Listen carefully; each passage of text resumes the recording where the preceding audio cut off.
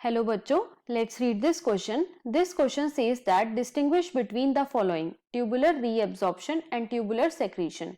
तो जो की कॉन्सेप्ट है इस क्वेश्चन का वो है principle of excretory system. Let me write it over here. Key concept is principle of excretory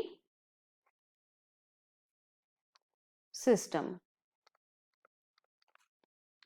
right, एक तरफ हम ट्यूबुलर रीअब्जॉर्प्शन को लेंगे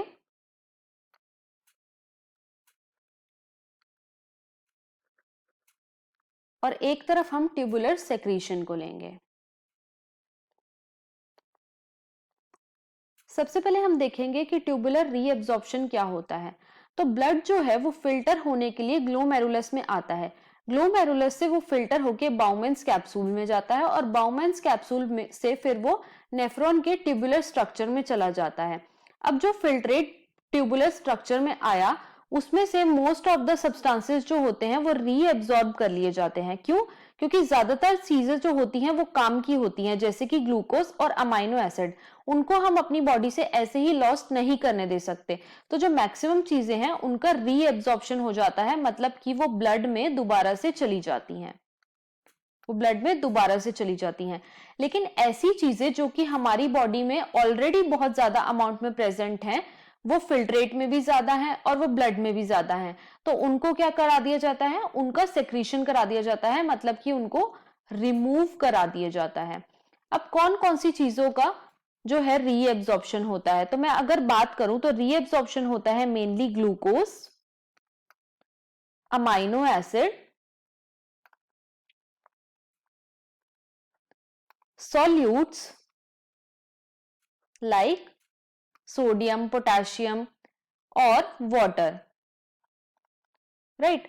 और अगर मैं सेक्रीशन की बात करूं तो सेक्रीशन होता है मेनली हाइड्रोजन आयन,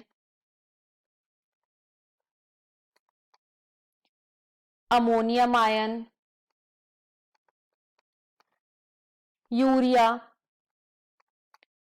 क्रिएटिनिन